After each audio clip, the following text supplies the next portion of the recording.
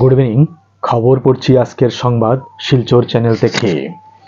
আজকের বিশেষ বিশেষ খবর হলো ক্যালিফোর্নিয়ায় আগুন আরও তীব্র হওয়ার আশঙ্কা, ঝুঁকিতে আছে 60 লক্ষের মতো মানুষ। ট্রাম্প বললেন পরমাণু বোমার চেয়েও ভয়াবহ এই আগুন।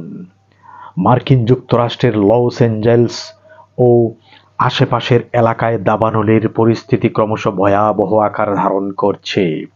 এই দাবানল আরও তীব্র আকার ধারণ করবে বলে আশঙ্কা। ইতিমধ্যে এই দাবানলের ঝুঁকিতে রয়েছেন অন্তত 60 লক্ষেরও বেশি মানুষ। Los Angeles, Anaheim, Riverside, San Bernardino and Oxnard সহ অন্যান্য অঞ্চলে দাবানল তীব্রতা বেড়েই চলেছে। এখন পর্যন্ত দাবানলে 25 জনের প্রাণহানি ঘটেছে। নিখোঁজ বহু। দমকল বাহিনীর শত শত কর্মী দিন রাত নিরলসভাবে কাজ করে যাচ্ছেন। তবে তীব্র বাতাস এবং শুষ্ক আবহাওয়ার পরিস্থিতি নিয়ন্ত্রণে আনা বড় চ্যালেঞ্জ হয়ে দাঁড়িয়েছে। বিশেষজ্ঞদের মতে আগামী 24 ঘন্টায় বাতাস আরও শক্তিশালী হতে পারে, যা আগুন দ্রুত ছড়িয়ে দেওয়ার সম্ভাবনা তৈরি করছে। ঘন্টায় 70 মাইল বেগে বাতাস বইতে পারে বলে আশঙ্কা রয়েছে, যা বৃহস্পতিবার পর্যন্ত অব্যাহত থাকবে। ফলে পরিস্থিতি আরও জটিল হয়ে উঠতে পারে। বিশেষজ্ঞরা মনে করছেন জলবায়ু পরিবর্তন, ক্রমবর্ধমান দূষণ দাবানলের ভয়াবহতা আরও বাড়িয়ে তুলছে।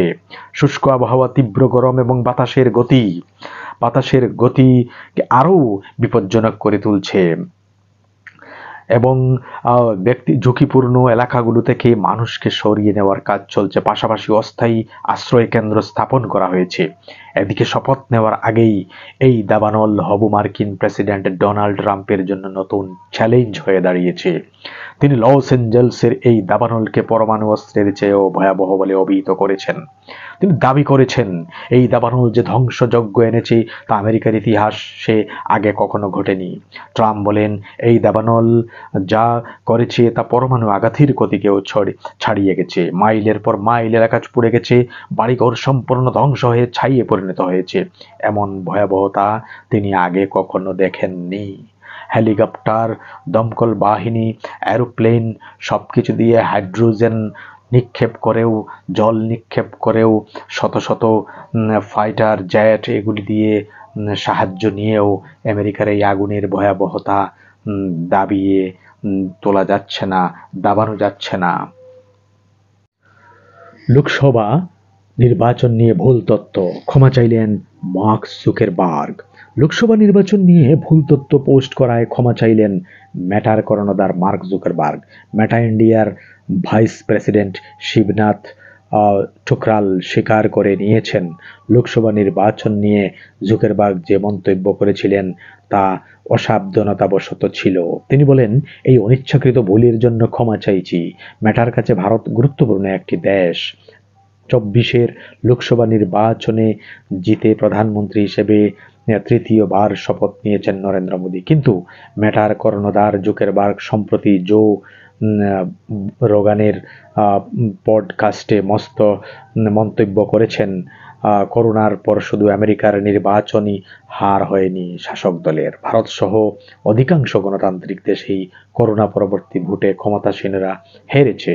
মেটা কর্ণধারের এই ভুল ধরিয়ে দেন কেন্দ্রীয় মন্ত্রী অশ্বিনী বৈষ্ণব। তিনি বলেন জুকারবার্গ ভারত নিয়ে যে দাবি করেছেন তা তত্ত্বগতভাবে ঠিক নয়।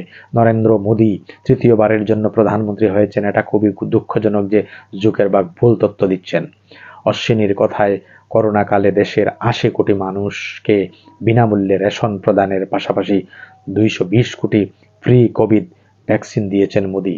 তথ্য প্রযুক্তি ও যোগাযোগ মন্ত্রকের সঙ্গে যুক্ত সংসদীয় কমিটির চেয়ারম্যান নিশিকান্ত দুবে এই ভুলের জন্য মেটা ইন্ডিয়ার কর্তাদের ডেকে পাঠানোর হুঁশিয়ারি দেন।